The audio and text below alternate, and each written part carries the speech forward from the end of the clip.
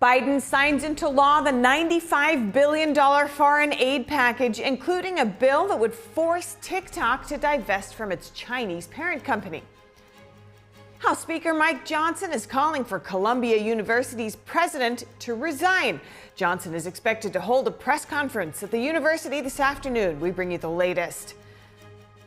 New rules make it easier for airline passengers to get refunded if their flights are delayed or canceled. Find out when you could qualify. Some legal experts say the Biden administration is trying to create a federal right to abortion. More on a Supreme Court case today focusing on abortions during medical emergencies. Squatters' rights no longer exist. In 3 states, lawmakers passed new rules that make squatting a crime. 3 months before the Olympic Games in Paris, revelations from the New York Times on 23 Chinese swimmers who tested positive in 2021 for banned substances. It's raising serious concerns about doping regulation. That and more. Coming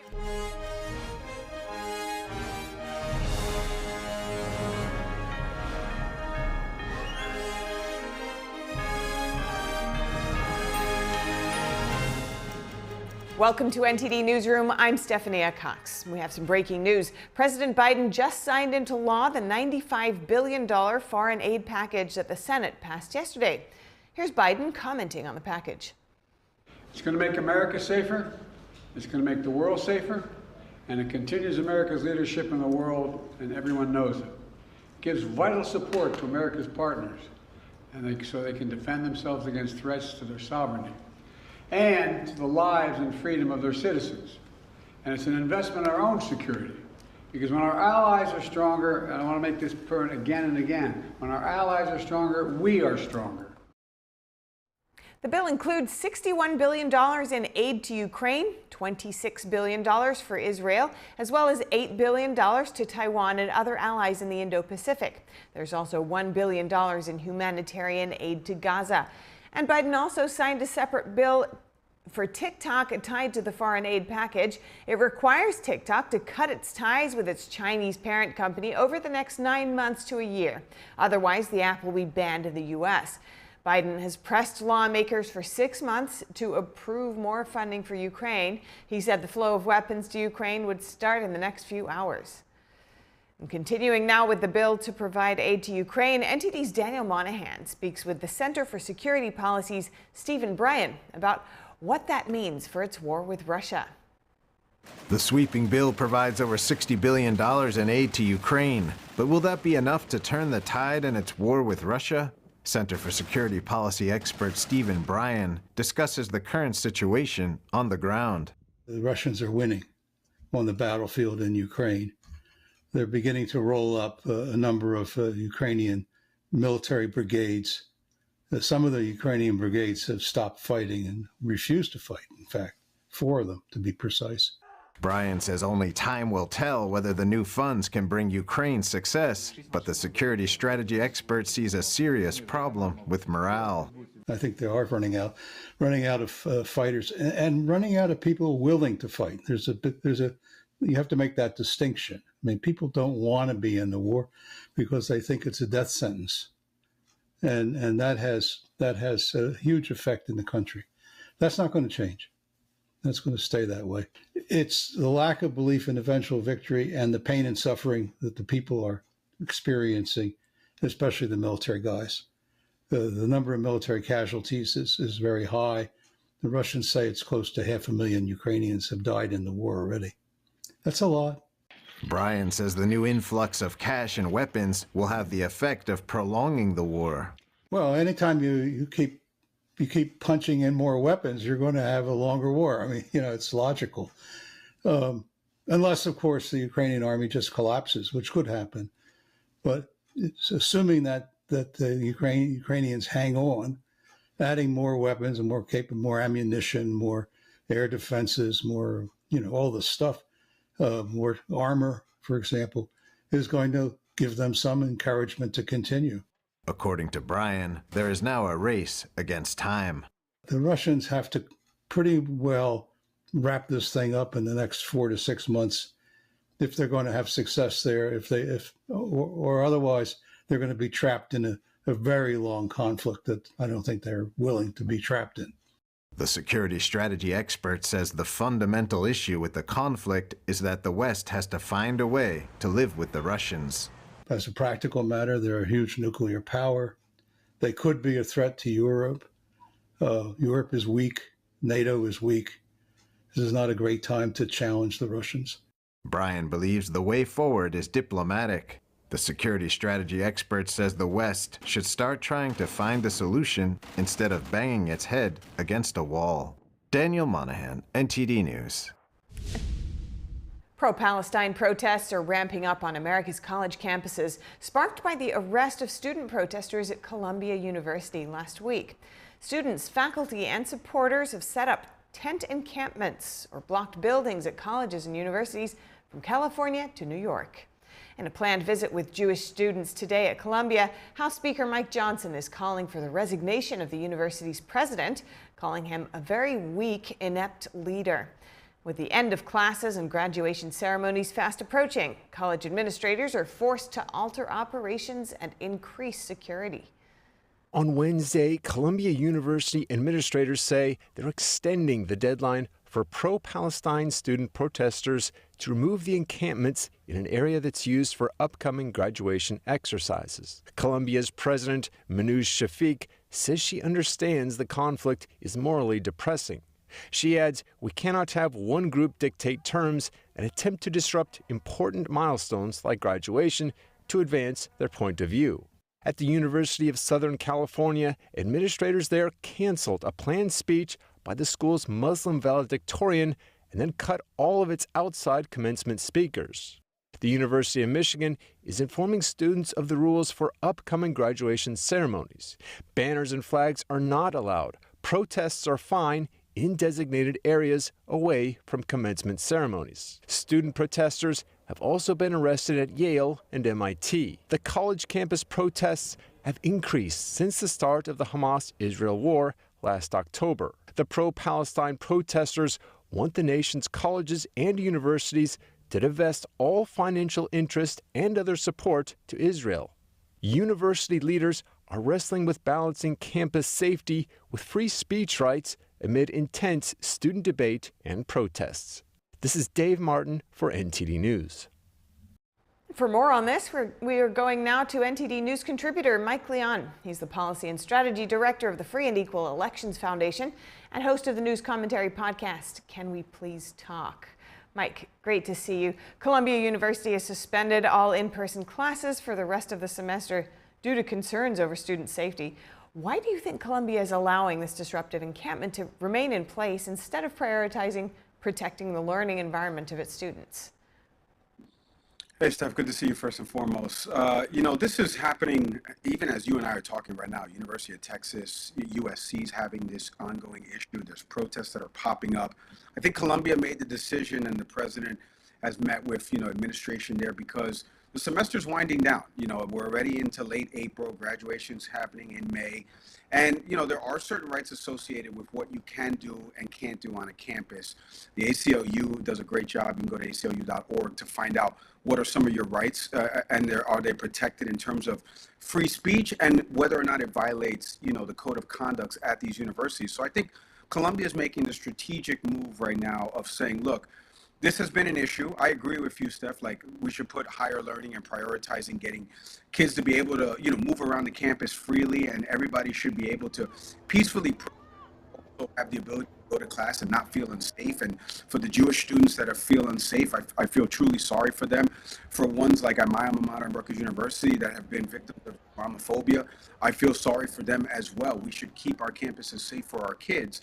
And I think right now with these protests that are happening, I think the university is making a strategic decision to just say, look, the semester's winding down. Let's just go to a hybrid model and keep everybody remote to try to ensure true safety across the campus. Certainly separating everybody is one way to do that. Following 9/11, U.S. colleges reminded students to not be hostile towards Muslim students on campus. And that message of anti-discrimination really resonated with most Americans.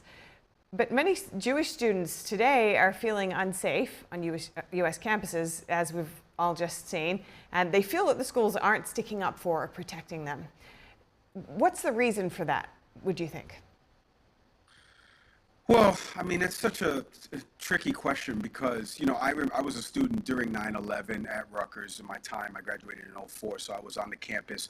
You know, I saw the towers from my floor on the 8th floor of North Tower at Rutgers, and I saw what the campus went through around that time period with the rise in, you know, Islamophobia and attacks against Muslim students. And I agree with you, Steph. Like, we need to protect all of our students, and right now specifically the ones that are receiving anti-Semitic threats, and the members of the Jewish community are doing this. I don't know why campus officials are not looking at this, you know, a little bit more harshly. I think they're trying to navigate, like I said before, the code of conduct that they have, judging whether or not these are peaceful protests, whether the areas of land that the protests are happening on happen to be, you know, whether they're isolated to a part of campus or whether they're like off campus, and there's kind of a gray area there in terms of the rights of the students that are protesting. But I do think that administrative staffs, and we're having the Rutgers University President Jonathan Holloway on our podcast coming up soon to talk about this, because I'm very interested in understanding what schools are doing around the country. What does the safety measures look like for pro-Palestinian ones that want, you know, peace in the region, and for Israeli students, specifically Jewish ones that are going through this, that have reported this stuff to, you know, campus officials, and they feel like their voice is not being heard. What are schools doing? And I want to get to the bottom of it as well. And I think they should be prioritizing, you said. For sure. Mike, your audio is cracking up a little, so we'll just head to our last question for you. New York City Mayor Eric Adams has claimed that this chaos is actually being caused by outsiders, not by students. If they are being organized and led by outside activists, in your view, what would be a good way for schools to handle that? Yeah, so I mean, finding out who are the agitators is something that I'm sure campus police at Columbia, the New York City Police Department are involved in. They're going through their investigative measures of social media feeds and obviously anything that they're doing, you know, with respect to the event itself, and trying to weed out those type of protesters and agitators. And by the way, we should all be on this side. Peaceful protests, anybody that's found agitating or even promoting, you know, a terrorist organization like Hamas should be, should be handled by the law, in accordance with the law. And I think Eric Adams' team right now is communicating with Columbia campus police to try to weed those out and figure out who are the actual students that are protesting this peacefully versus the agitators that are not a part of this. Right. Yeah, that's a great point. Thank you so much, Mike Leon. Always great to speak with you. Thanks, Steph. And stay with us, as we're expecting to hear comments from House Speaker Mike Johnson at Columbia University very soon. We'll take you there as soon as it happens. Next up, Secretary of State Antony Blinken arrived in China today, kicking off a 3-day talk with senior Chinese officials. This as U.S.-China ties are at a critical point over global disputes. He's expected to raise the issue of China's support for Russia. The Biden administration has been sounding the alarm about China's support as Russia ramps up its weapons manufacturing. The U.S. says that support has allowed Moscow to continue its war against Ukraine. Blinken says China has shared machine tools and semiconductors to help Russia rebuild its defense industrial base. Blinken's trip comes shortly after a call between President Biden and Chinese regime leader Xi Jinping. Blinken is set to meet officials in Shanghai and then head to Beijing. And FBI Director Christopher Wray highlighted significant security fears yesterday regarding the widely used Chinese-owned platform TikTok. Here he is speaking on NBC News. They are currently attempting to steal our AI and hack American technology every day. When it comes to TikTok, we are concerned very specifically about the risks that poses given China's well-demonstrated playbook. Director Wray emphasized TikTok parent company ByteDance's close ties to the Chinese Communist Party. Wray urged Americans to recognize that all of TikTok's extensive power, access, and control are basically in the hands of the Chinese Communist Party. These remarks echo widespread concerns that TikTok poses a serious threat to U.S. national security. And the Supreme Court will consider today when doctors can provide abortions during medical emergencies in states with abortion bans. The Idaho Attorney General says the Biden administration is trying to create a federal right to abortion. Idaho is one of 14 states that now ban abortion at all stages of pregnancy with limited exceptions. The Biden administration argues that federal law allows hospitals to terminate pregnancies in emergencies where a patient's life or health is at serious risk, including in states where abortion is banned. Idaho says its ban already has exceptions for life-saving abortions. The state argues expanding these exceptions would turn hospitals into abortion centers. According to Idaho, the administration is misusing a health care law that's meant to ensure patients aren't turned away based on their ability to pay. And all eyes are on Pennsylvania, where another round of presidential primaries concluded yesterday. Along with that, primary races for the Senate and the House. NTD's Jeremy Sandberg has the results. Voters headed to the polls across Pennsylvania on Tuesday to cast their ballots in the 2024 primary election. Unofficial election results this morning, according to the state of Pennsylvania, show President Biden with more than 93% of the vote. Former President Trump got over 83%. Former Ambassador Nikki Haley, who dropped out of the race in March, received over 16% of the Republican vote, suggesting some Republicans are looking for an alternative to Trump. Likewise, Muslim American voters mounted an abandoned Biden campaign to protest the president's handling of the Israel-Hamas war. The organization Uncommitted PA said it was aiming for 40,000 uncommitted votes. Pennsylvania did not offer an uncommitted option on its ballot. It's currently unclear how many write-in votes were part of the movement. Biden faced similar efforts in battleground states like Michigan, Arizona, Wisconsin, and North Carolina. Biden and Trump clinched their party nominations last month, but have both campaigned heavily in Pennsylvania, a swing state crucial in both 2016 and 2020. Pennsylvania is politically divided and has a sizable number of electoral votes. Okay, I voted for Donald J. Trump, and I voted for him the last time. Was very, very disappointed because he did an excellent job. And I would vote for him again and again. I think it's an important election. I think they all are. I think this one in particular, we've got to keep Trump out. I wish we had two different candidates to choose from, but the ones that we have are what we have, and I'm happy to vote for Biden. Further down the ballot, voters also selected nominees in competitive primaries for Congress, the state legislature, and 3 statewide offices. There was a particular focus on Pennsylvania's 12th district, where Democratic Congresswoman Summer Lee defeated a primary challenger. Lee has been a fierce critic of Biden's support for Israel. Meanwhile, incumbent Senator Bob Casey, a Democrat, and his Republican challenger Dave McCormick were both unopposed in their primaries. The November race is expected to be close and could help decide if Democrats retain control of the Senate. Jeremy Sandberg, NTD News. When we come back, the government is making it easier for air travelers to get refunded if their flights are delayed or canceled. NTD's Don Ma has more in today's Business Brief. And 3 months before the Paris Olympic Games, revelations from the New York Times on 23 Chinese swimmers who tested positive in 2021 for banned substances is raising serious concerns about doping regulation. That and more after the break. A friend of mine, she told me about Panatti. He was the only one to address all 4 discs as quickly as possible. And if you're to that point where you can't take it anymore, like I was, do your research, find out who the best is, and get it done. Visit AskPanatti.com. Say goodbye to harsh, bitter coffee and hello to a delicious, smooth brew. With specialty quality beans, expertly roasted in-house, you'll taste the difference with every sip. Fermented with a blend of 50 enzymes, Dave's Coffee delivers a rich brew like no other. Made with the highest grade specialty beans available, you're sure to taste the difference. Elevate your morning with Dave's enzyme fermented coffee. I go by Jackie. I'm 44 years old. I had 3 kids at the time and single mother.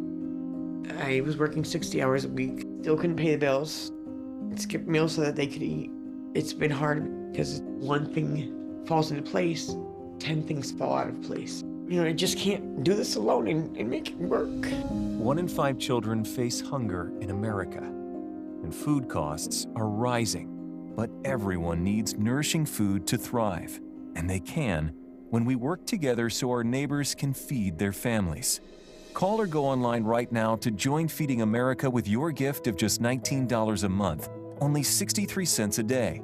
Together, thanks to a nationwide network of food banks, dedicated volunteers, and the monthly support of people like you, we can fill plates with nutritious food for families across America. One day my mother came over to my house and said, "There's a meeting at the pantry." I said, "Okay," and I went. There were some ladies in there. They were from the food bank. They asked several questions. Some of those were about me and my story, but it helped me to open up a little bit.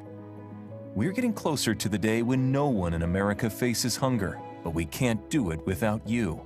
Call or go online now. Visit helpfeedingamerica.org and give $19 a month, just 63 cents a day.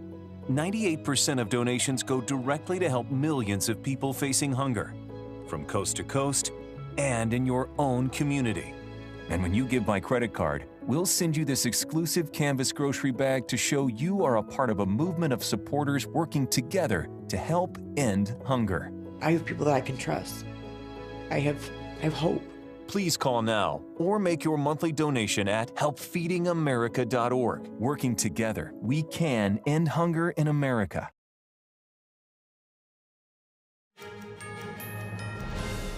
New rules will make it easier for airline passengers to get refunds in cash. And troubled plane maker Boeing sees a drop in revenue during the first quarter. Here's NTD's Don Ma with today's business brief. Thank you very much, Steph. So I wanted to talk to you about Boeing today, a hot topic.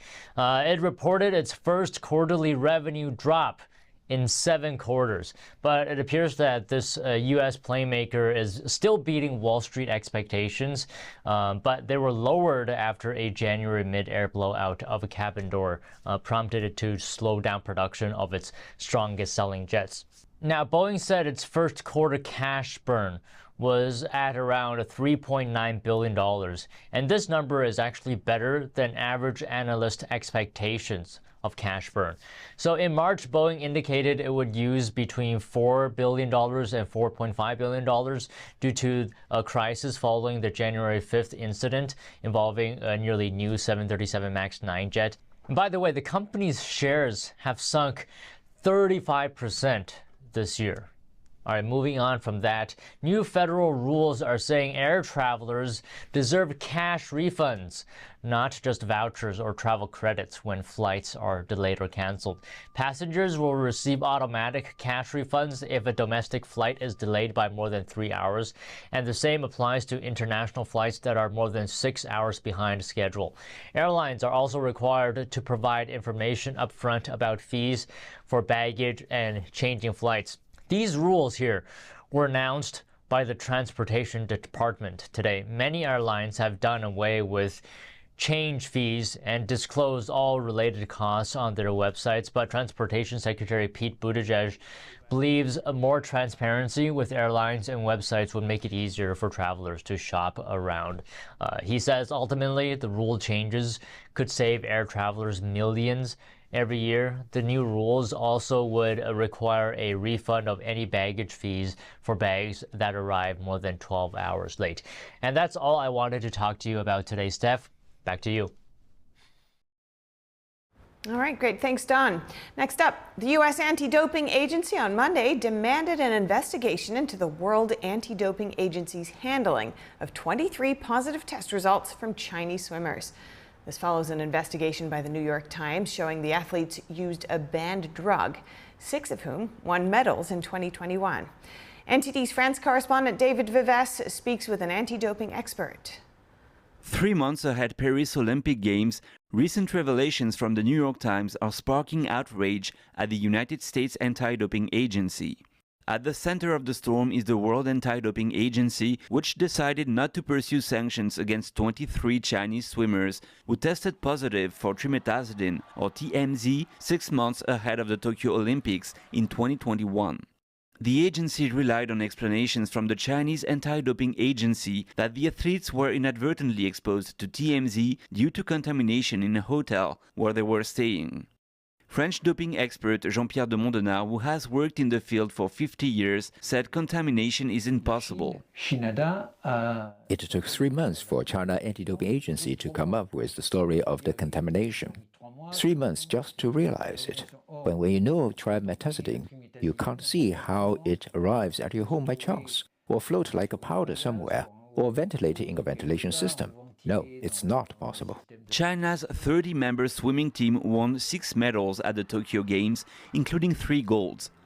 The head of the United States Anti-Doping Agency said he would consider legal action against the World Anti-Doping Agency. De Mondenard says there might be flaws with the World Anti-Doping Agency, which failed to address the doping issues in the world of sport in a broader perspective. This has always been the #1 flaw in the fight against doping, particularly since the creation of the World Anti-Doping Agency. How can it be independent when it's controlled by the International Olympic Committee? There are several anti-doping agencies, and their staff knows each other perfectly. As a result, the rest of the world has to bow down to their decisions.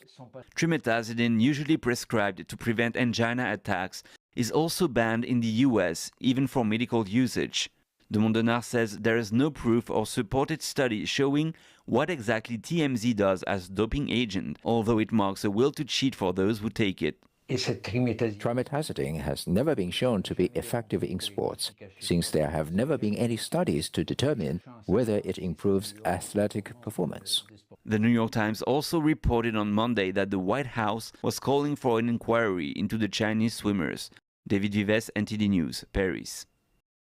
When we come back, new rioting charges against more than 100 illegal immigrants who allegedly stormed the Texas border.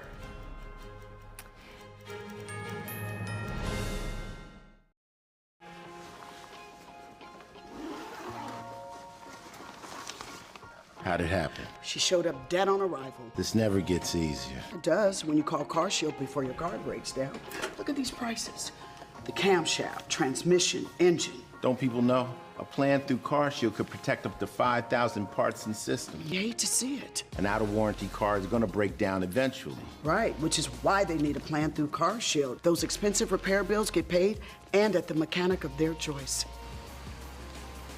They're notifying the family. Poor guy. He doesn't even know what's coming. Another victim of senselessly expensive repair bills. Can't save them all. But we can keep trying. Didn't have to end this way. If he'd have just called CarShield before his car broke down.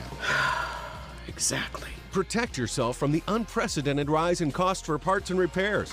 Call now to save money with your price lock guarantee. Call 800-429-5128.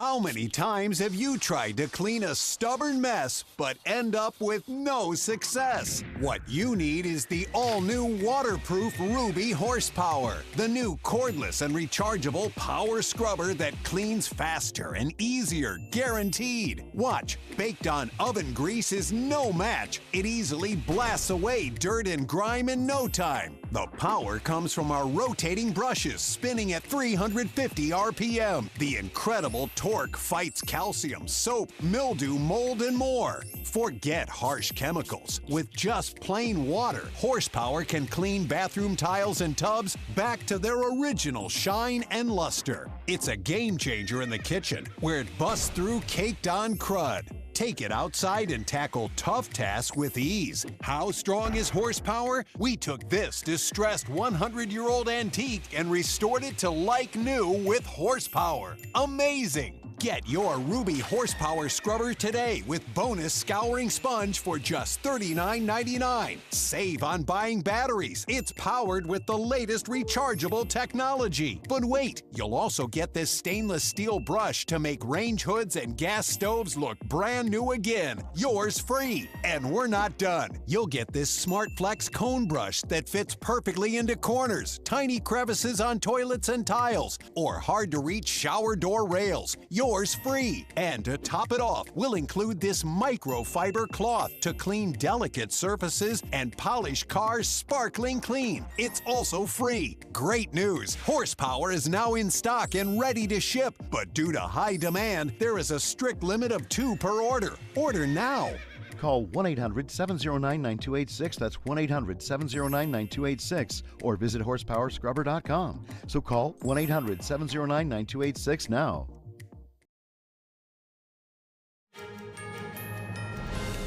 Some of the illegal immigrants flown to Martha's Vineyard in 2022 will now reportedly receive work visas. They're eligible for a special visa, which is given to crime victims. Back in 2022, Florida Governor Ron DeSantis flew almost 50 illegal immigrants from Texas to Martha's Vineyard in Massachusetts. The illegal immigrants then sued DeSantis and the state of Florida. They argued that Florida abused them for political gain using deceptive tactics. Now, a lawyer has reportedly announced that some of them will be receiving U visas. This gives immigrants legal status and working rights as victims of potential crimes. Multiple outlets state that the lawyer is now trying to get U visas for all of them. And an update on the illegal immigrants who allegedly stormed the Texas border earlier this month.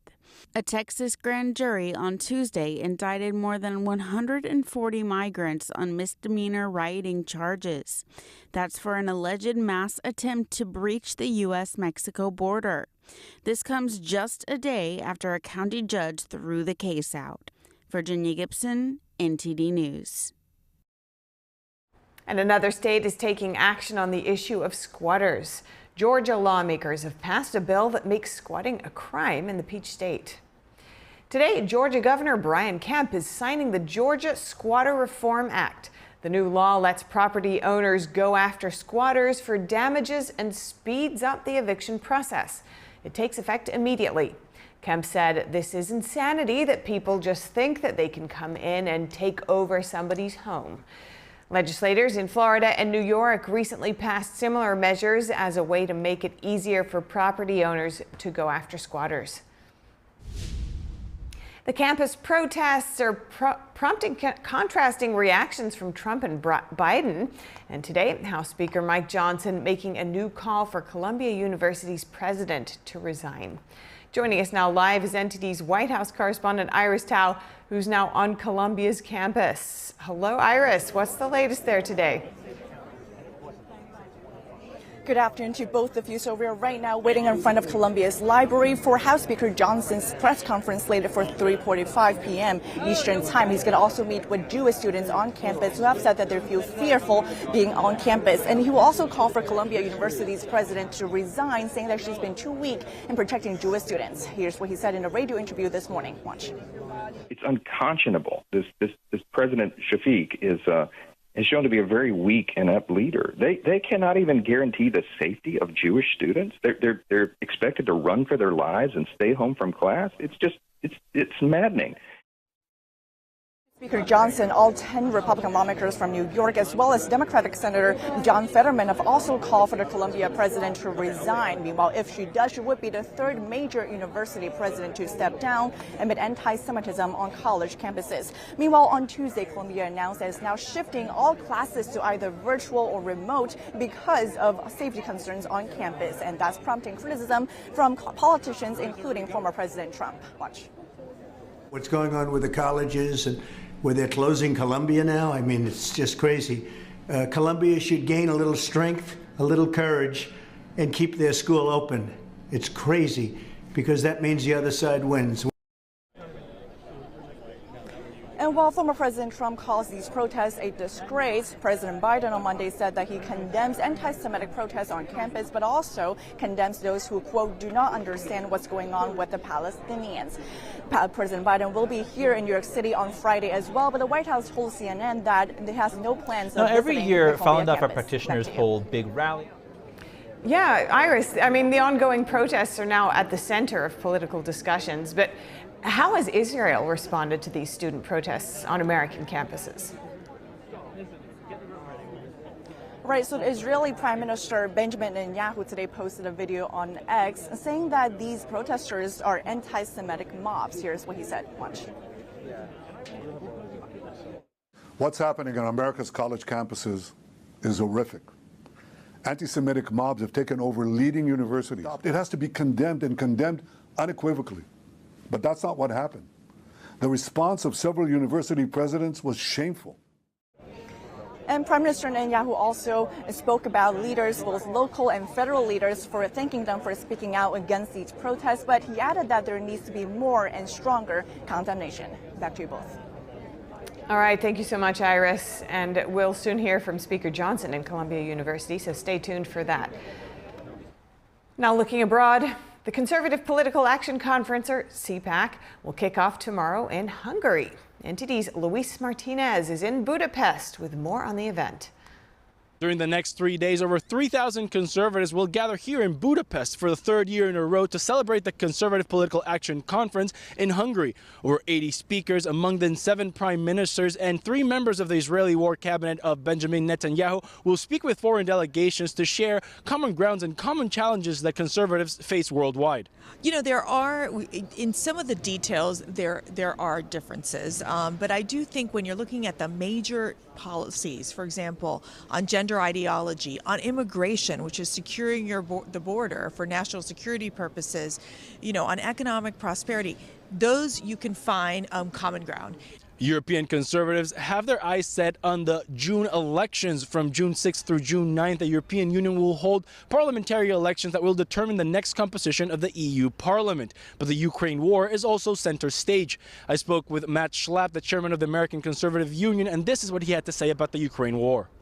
The biggest problem we have with aid towards Ukraine, there's a division amongst conservatives, whether this is wise or not wise. But I really don't think there's a division amongst people that are aware of what America has done in the past when they've got involved in conflicts. What's the plan? I also had the opportunity to speak with Miklós Sántó, the Director General of the Center for Fundamental Rights in Budapest, who's actually hosting CPAC Hungary this year, and he believes European conservatives will not support further arming Ukraine, as we saw the U.S. Congress approve last week. Instead, European conservatives, according to Miklós Sántó, would support a path to end the conflict in Ukraine. Reporting from Budapest, Hungary, Luis Eduardo Martinez, NTD News. Last week, police in Brussels tried to shut down the National Conservatism Conference at the behest of a district mayor. NTD's Daniel Monahan speaks with constitutional law attorney Aaron Mercino about what's at stake for freedom of speech and whether the move is a worrying sign for Americans. Amir Kir, the mayor of a district in Brussels, ordered the cancellation of NatCon Brussels II on April 16th. The order cited reasons such as NatCon's vision is not only ethically conservative, for example, hostility to the legalization of abortion, same-sex unions, etc., but also focused on the defense of national sovereignty, which implies, amongst other things, a Eurosceptic attitude. The high-profile speakers scheduled for the conference included English Brexit leader Nigel Farage, Hungarian Prime Minister Viktor Orbán, and former Polish Prime Minister Mateusz Morawiecki. Executive Director of ADF International Paul Coleman was on site at the conference in Brussels when police came to shut it down. This is what cancel culture looks like. This is the third venue that they've tried to put this conference on. Coleman called the police action a dark mark on European democracy. I'm not allowed in. No one is giving any explanation as to what the legal basis for the police action here is. Thomas More Law Center attorney Aaron Mercino found it remarkable that a mayor would shut down an event held at a private venue due to disagreement with the viewpoints expressed. There was nothing that seemed hostile whatsoever about wanting to join, a professional conference where everything was going to be very peaceful and it was going to be a discussion, an exchange of ideas, and hearing a viewpoint that the listeners truly wanted to hear. Mercino cautions against thinking the same thing couldn't happen in the U.S. The constitutional law attorney brings up the case of Stanford University, where a conservative judge came to speak at a Federalist Society event. Students loudly heckled him, and an associate dean there to supervise refused to intervene, causing the event to end. certainly there could be a day where CPAC is scheduled at a private venue and we see a mayor of Washington, D.C. trying to shut it down. Mersino says the way to combat free speech you disagree with is more free speech. And I hope that we get to a day where we actually not just tolerate, but welcome different viewpoints. And we're able to meet those with maturity and discussion instead of just trying to silence someone's view when we disagree with them. Alliance Defending Freedom International represented the NatCon conference in the fast-paced legal battle in which they ultimately prevailed. The mayor's order was overturned on April 17th, and the event reopened later that day. Psychology professor Jean Twenge wrote in a 2024 Substack article that while 1 out of 4 students wanted to ban extreme speakers during the 1970s and 80s, the majority wanted to do so in 2019. The attitudes of young American college students today, who will one day set the tone in the country, may be concerning for some free speech advocates. Daniel Monahan, NTD News. And over in Asia, dams holding vast amounts of radioactive waste above the fertile Fergana Valley in Central Asia are unstable, threatening a possible Chernobyl-scale nuclear disaster. Studies say that if the dams collapse, it would make the region uninhabitable. Here's that story. There is a vast amount of nuclear waste in these scenic hills in Kyrgyzstan. But studies say dams containing the millions of gallons of uranium mine tailings here, near the town of Malisu, are unstable. The waste is close to a river system above a fertile valley in Central Asia, and the area is prone to earthquakes. Some predict a possible Chernobyl-scale disaster if the dams give out. The most dangerous thing here is a landslide from the opposite slope, says Islambek Altumashev, an engineer with a local radiology lab. The area near the town of Malisu was one of the world's biggest uranium ore dumps, developed by the Soviet Union between the 1940s and 60s. The dams currently hold about 185 million gallons of tailings, or about 280 Olympic-sized swimming pools. A landslide in 2017 made the dams unstable. Another one, or an earthquake, could spell disaster. If the dams give way, contaminated water could flow into the river and into the Fergana Valley. It stretches across areas in Kyrgyzstan, Uzbekistan, and Tajikistan, home to about 16 million people, many of whom cultivate various crops. Studies at a Soviet-era radioactive waste disposal facility suggest millions of people could be displaced in the event of a disaster. The studies are part of a project by the European Commission and European Bank for Reconstruction and Development. They show the waste cannot be safely contained where it is and has got to be moved away from the river's banks. Within the framework of this project, 16 tailing dumps are supposed to be recultivated.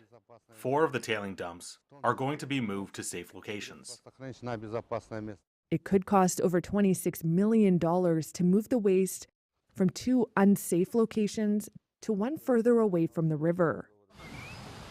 At his Kyrgyzstan orchard, resident Toktobek Berdy Bekov says that can't happen soon enough. The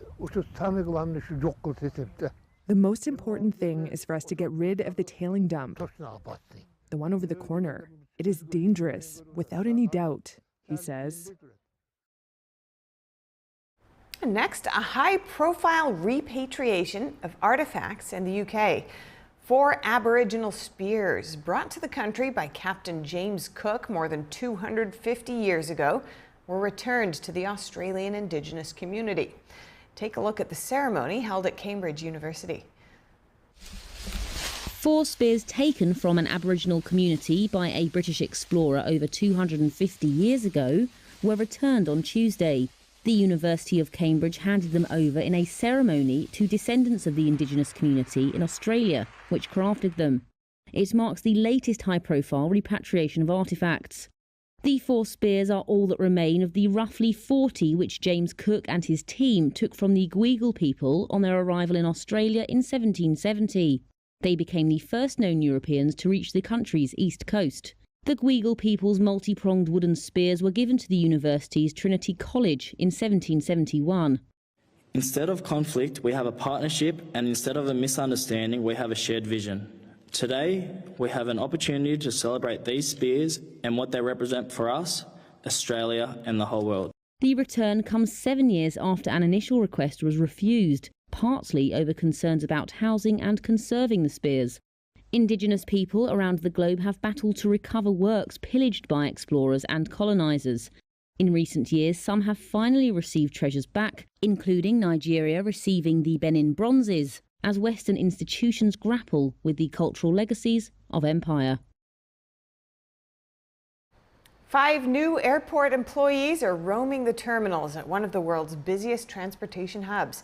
Their job is to provide a stress-free travel experience for anxious passengers. NTD's Andrew Thomas has that one. Meet Kuki and Alida, Istanbul's airport therapy dogs. These pooches are always ready to offer support with pets, belly rubs, and licks. One of the most important things for their training is adaptation. As you know that we host millions of passengers, such as children, elderly passengers, disabled passengers.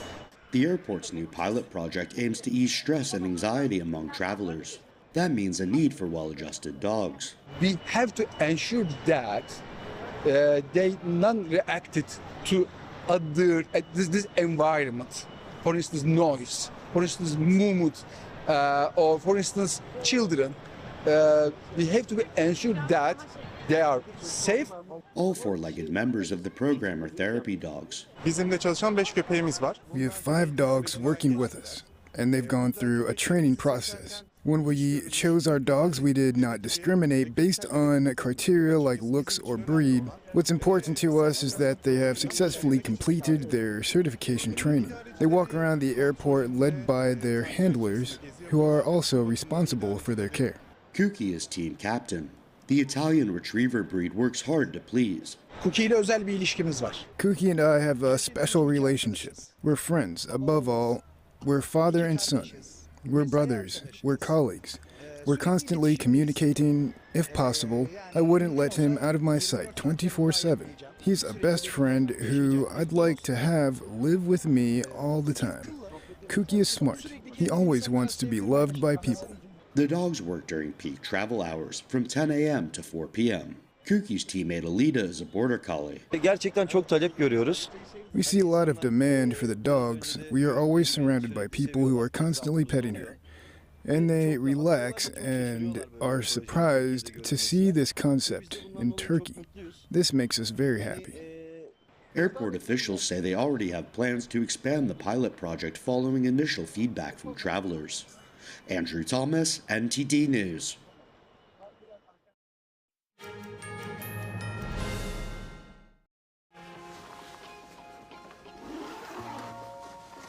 How'd it happen? She showed up dead on arrival. This never gets easier. It does when you call CarShield before your car breaks down. Look at these prices. The camshaft, transmission, engine. Don't people know? A plan through CarShield could protect up to 5,000 parts and systems. You hate to see it. An out-of-warranty car is going to break down eventually. Right, which is why they need a plan through CarShield. Those expensive repair bills get paid and at the mechanic of their choice. They're notifying the family. Poor guy. He doesn't even know what's coming. Another victim of senselessly expensive repair bills. Can't save them all. But we can keep trying. Didn't have to end this way. If he'd have just called CarShield before his car broke down. Exactly. Protect yourself from the unprecedented rise in cost for parts and repairs. Call now to save money with your price lock guarantee. Call 800-429-5128. Tangazo hili linahusu njaa. Tarajia kuona watoto wakiwa na njaa katika maeneo haya. Mambo yalikuwa bora kwa miaka mingi. Tuliweza kupigana na njaa na watoto wachache walikufa. Lakini sasa mambo yamebadilika na kwa mabaya zaidi. Hii ni kwa sababu wakati huu ukame umeangamiza zaidi. Через війни та конфлікти ми мусимо залишати наші домівки і всі наші речі. Ми навіть не маємо їжі. Тому нам потрібна ваша допомога. Millions of children are fighting to survive due to inequality, conflict, poverty, and the climate crisis. Save the Children is working alongside communities to provide a better life for children. And there's a way you can help.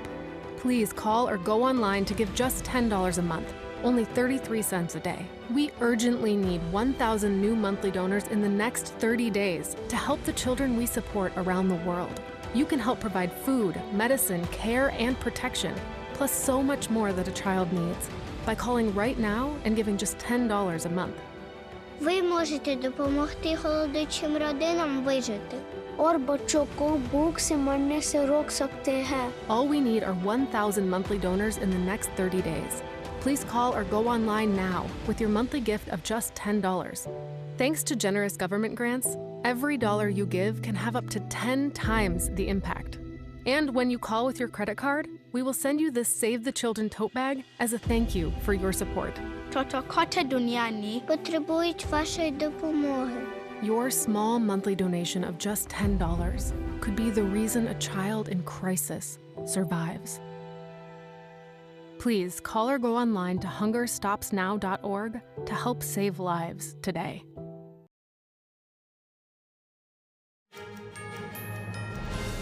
This just in, the Arizona House has approved a repeal of the state's near-total abortion ban. It's sending the measure to the state Senate next.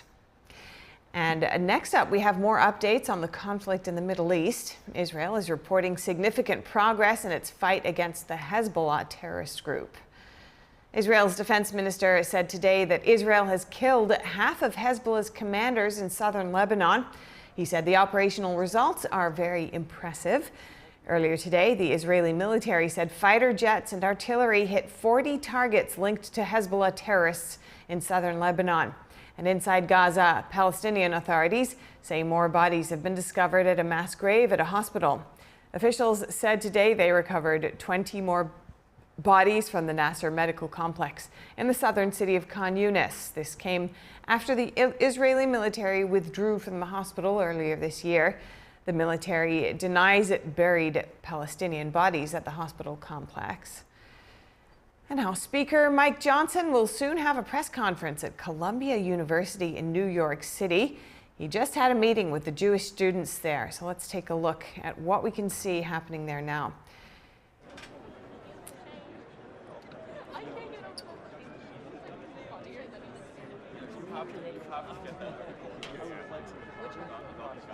To say about what came of that meeting.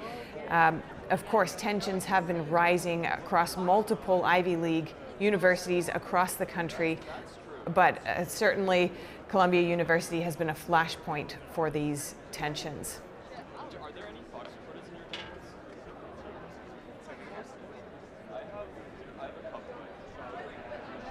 There's also been some negotiation with the protesters and the administrators of Columbia University, with the university administrators just today saying, yesterday saying that they have extended the deadline for pro-Palestine protesters to remove their encampments.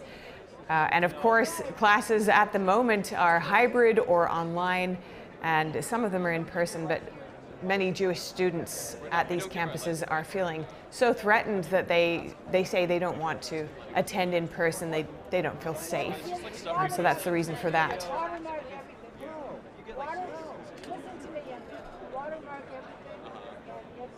You can see a range of media lining up there. We're learning so much.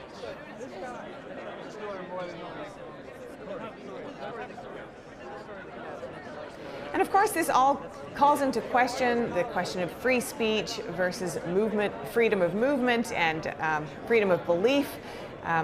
Some of these protests have seen protesters within the group saying such things as "we are Hamas." That's of course not the entire group, but these calls have been spotted, and they do present a threat, considering we know that Hamas is a terrorist group, and the horrific attacks of October 7th just ripped through so many families in Israel, and to hear people here in the U.S.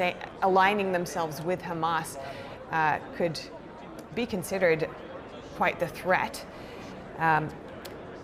the Columbia University president, Manoush Shafiq, had said that she understands that this is a morally depressing scenario and that one group should not dominate and disrupt the university's actions and students' actions on campus simply due to their point of view.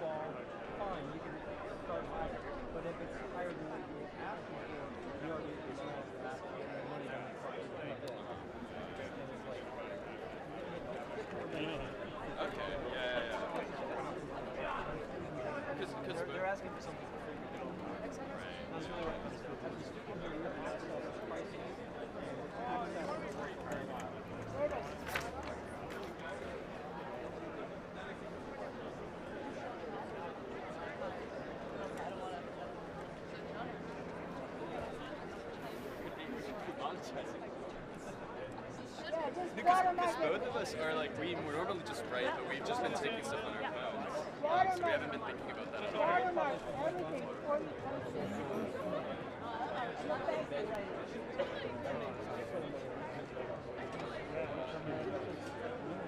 learned the hard way.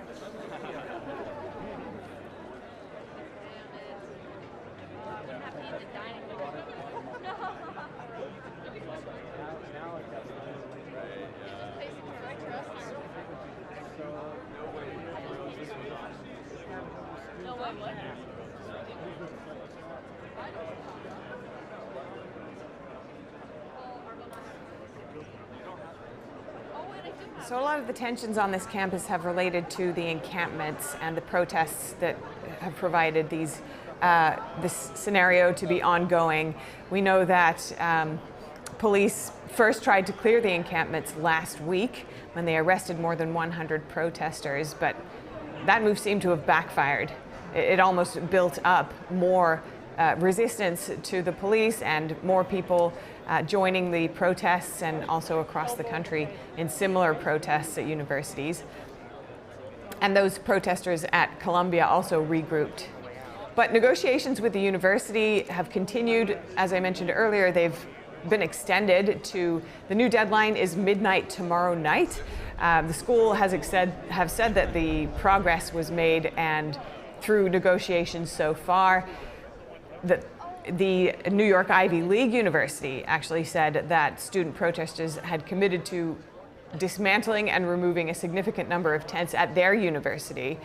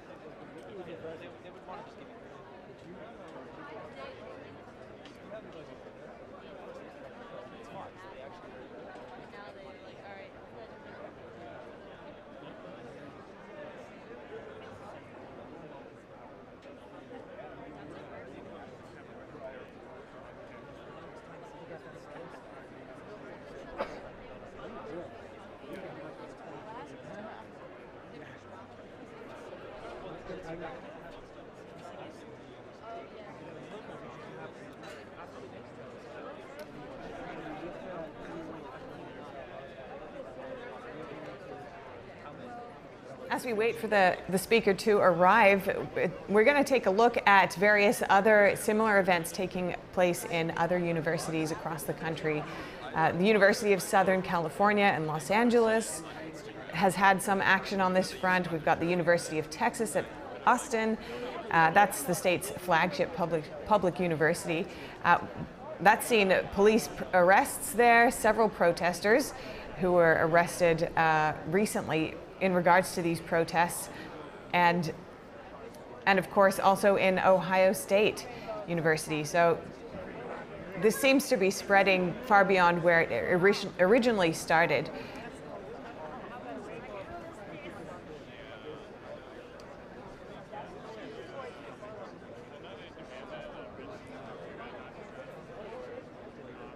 And the inspiration does seem to be Columbia University, because those tents, that tent encampment, really sprung back after the clash with police, as I just mentioned. But other colleges have taken on the same format, using these tents to stake out their spot on the campus and maintain their presence over a number of days so far.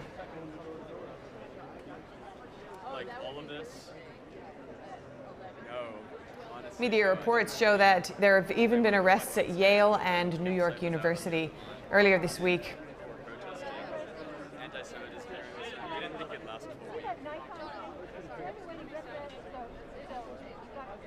We have Brown University, University of Minnesota. The list keeps going on and does seem to be expanding.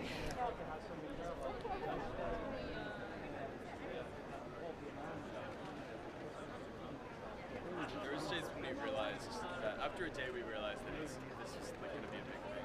And in regards to Ohio State University, there are reports that hundreds of demonstrators were arrested there.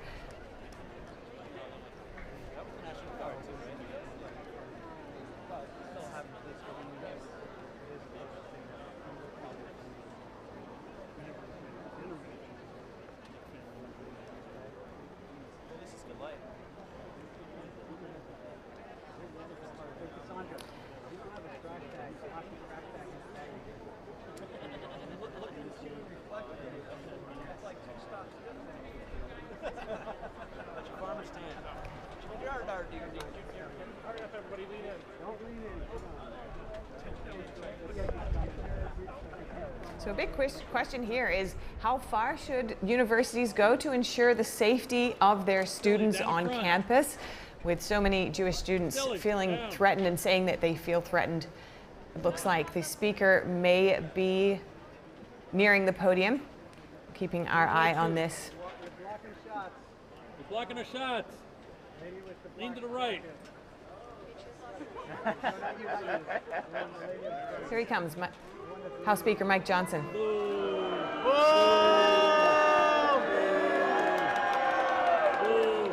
Stilly's down. Stilly's down. Hey, lady with the hood, sign over. Stilly's down. Boo. Hey, black sleeve, sign over.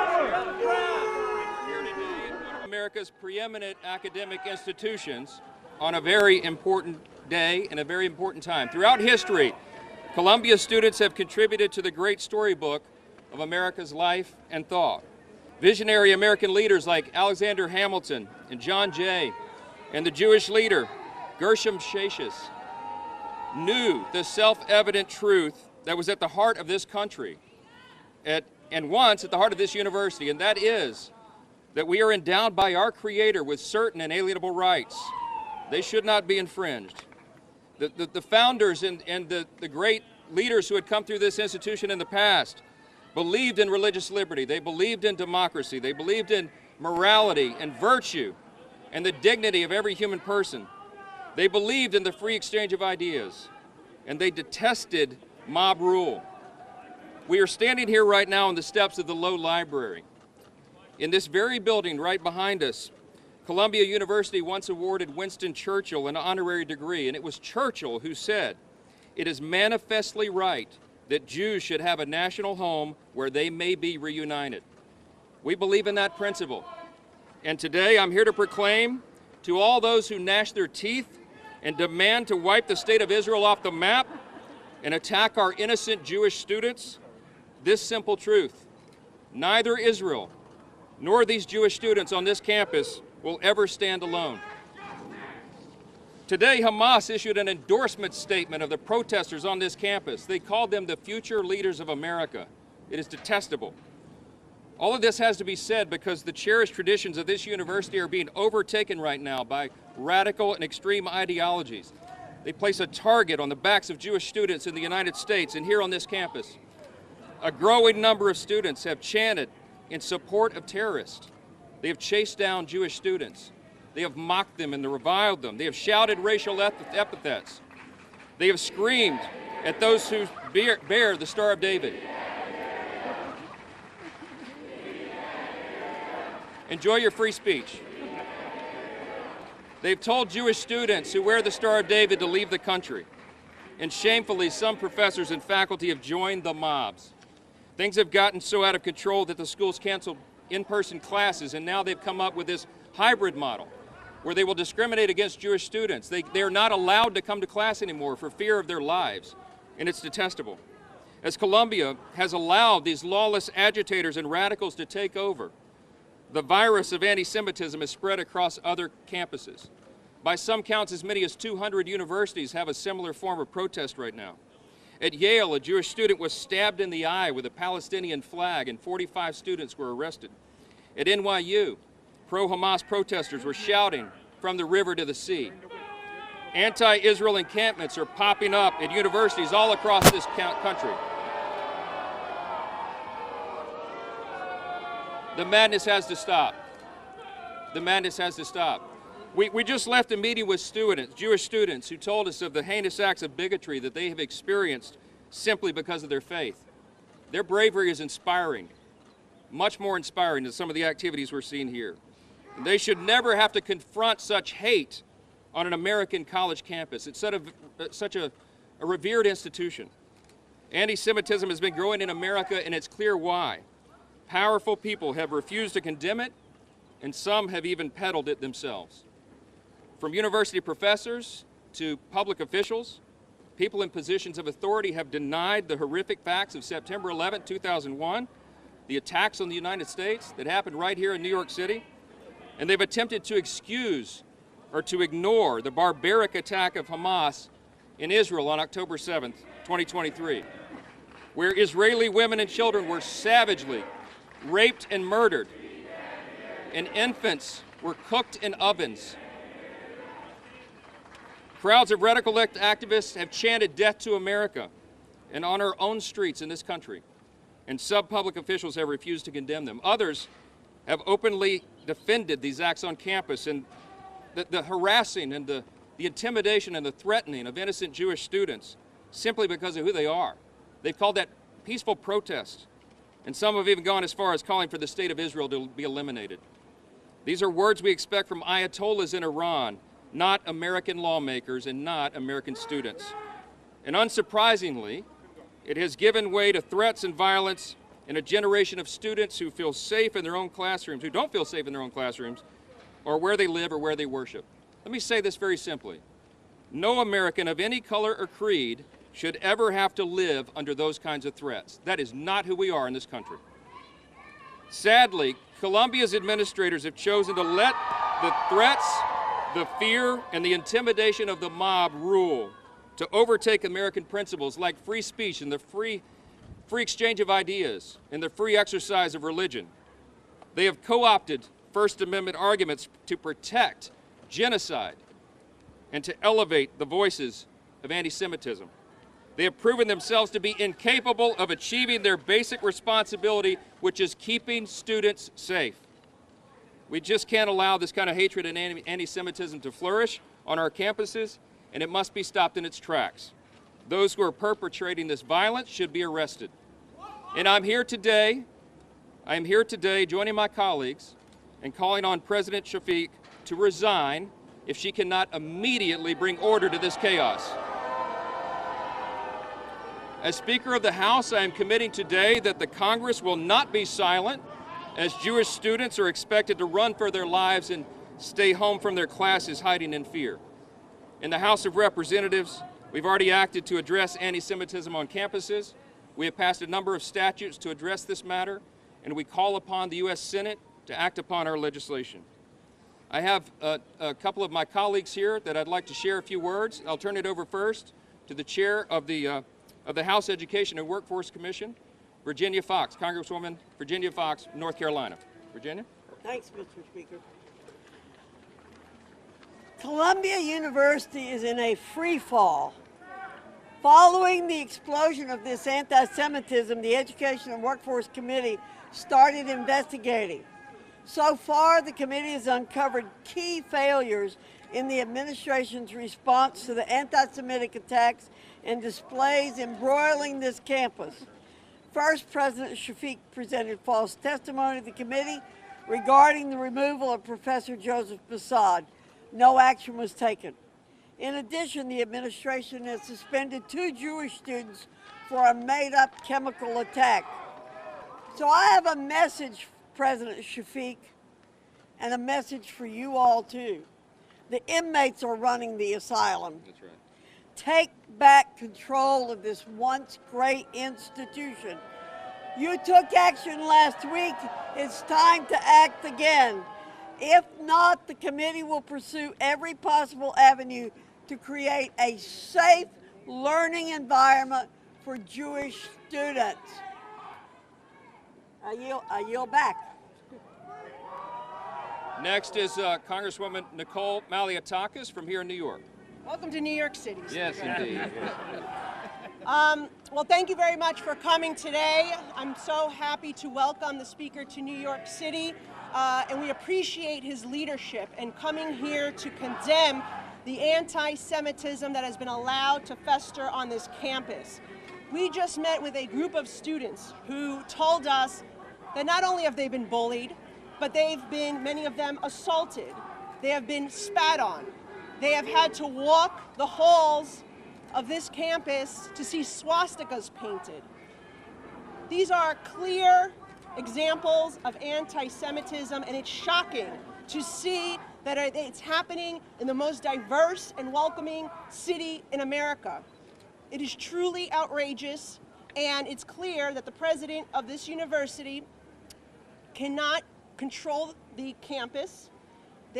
She cannot and will not hold students who are doing these types of anti-Semitic activities accountable, and that she cannot keep the students who are of Jewish faith, who have paid a lot of money and have worked very hard to get to an Ivy League institution like this, that she cannot keep them safe. And that is why I join my colleagues in calling for her resignation. Thank you. Next, another congressman from New York, Anthony D'Esposito.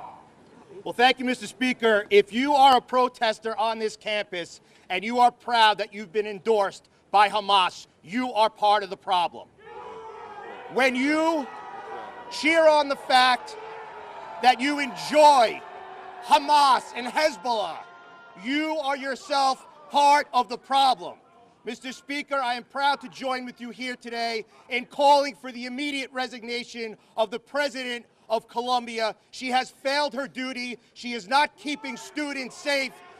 And we see on this campus the hate-filled speech that is carrying through this country.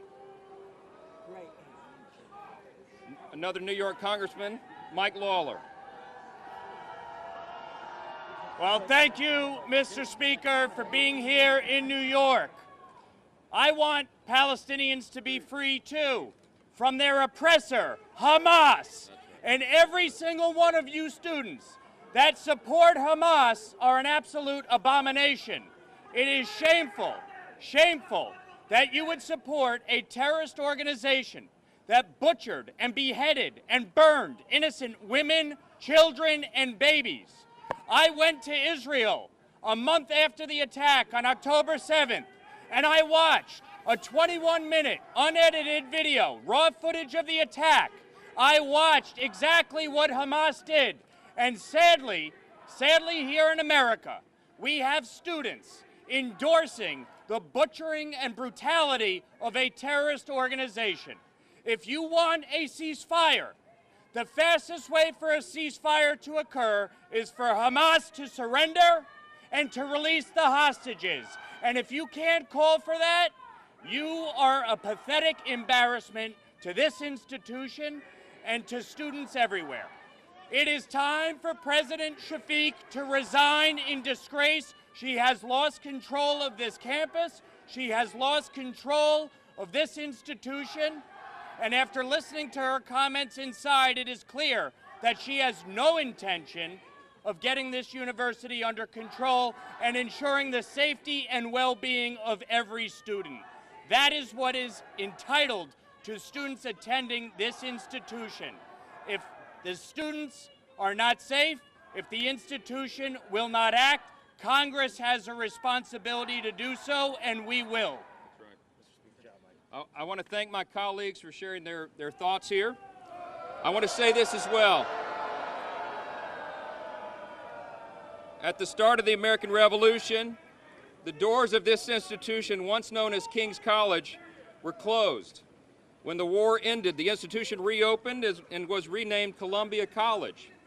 It was a shift from the tyranny of the monarchy to the freedom at the heart of the American experiment. And now the forces of hatred and oppression once again are on the march. They've begun to try to close Columbia's doors to a segment of students. To every Jewish student listening to us, no matter where you are around the country, you have my word. The U.S. House of Representatives will do everything in our power to ensure that you are safe, you can freely practice your faith, and you can go to school, just like everybody else. We will punish those who have allowed this violence and bigotry to go unchecked. With that, I'll take a few questions. Mr. Speaker, what about the anti-Zionist Jews in the camp celebrating Shabbat? We met briefly with the president and her top officials right before we came out on the steps here. We encouraged her to take immediate action and stamp this out. And our feeling is that they have not acted to restore order on the campus. This is dangerous. This is not free expression. This is not First Amendment. They are threatening, intimidating, saying that they will take violence upon Jewish students. We met with Jewish students who are in fear. They can't come on campus. They can't study for their final exams. This affects everybody's lives, and it affects the image that we portray to the world. This is not who we are as Americans, and it's time to act like it. Speaker, have you spoken to the president about bringing in the National Guard? A number of senators have done that. Are you urging the president to do that as well? My intention is to call President Biden after we leave here and share with him what we have seen with our own two eyes and demand that he take action. There is executive authority that be appropriate.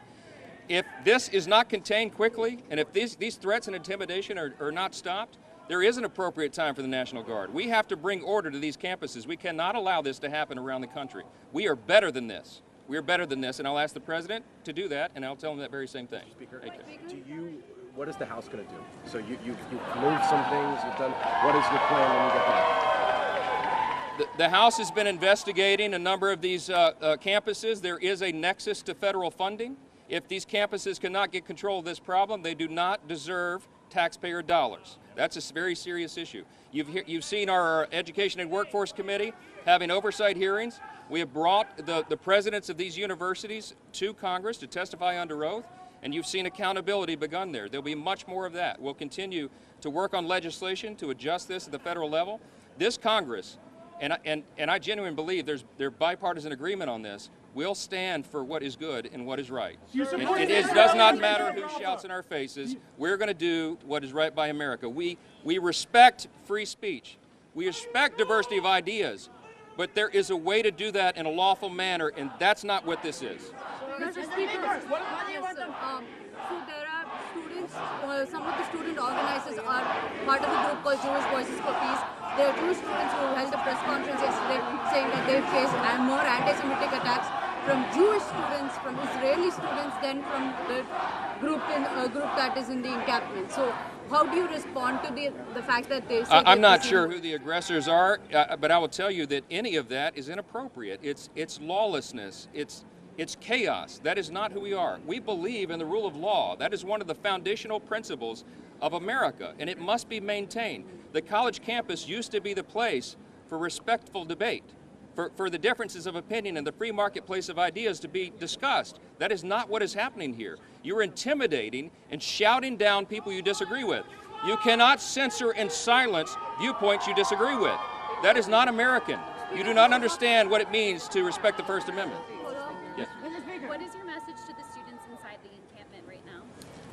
My message to the students inside the encampment is go back to class and stop the nonsense. Look, if we want to have a debate on campus about the merits of these things, let's do that. But you can't intimidate your fellow students and make them stay home from class. Think about that. Is that right? Do you think that's right? Stop wasting your parents' money, Congressman Lawler says. I think that's right. Last one. Anti-Zionist Jews inside the camp that are celebrating Shabbat? I don't know who's in that camp over there, but I would tell you that this is unacceptable, and the American people are demanding accountability for it. And that's why we made the trip here today. That's why this press conference is important.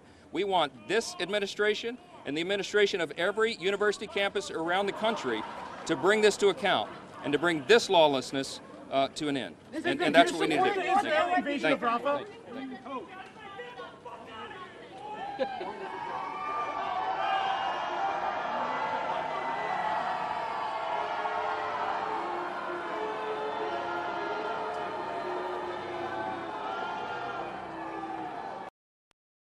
We'll bring you more on this in the NTD Evening News at 6 p.m. Eastern, 3 Pacific. Thank you for watching NTD Newsroom. I'm Stephania Cox. See you tomorrow.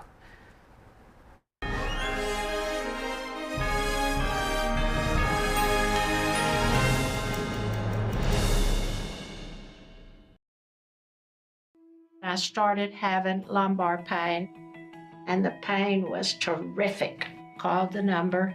She was asking me very thorough questions, and it was like a done deal. I have a pain on the back, and the pain on the back goes towards your hip, and then goes to the side of the leg, side of the calf, and the foot. And the foot is numb. And he pointed, he says, if we don't correct this now, you will be in pain the rest of your life.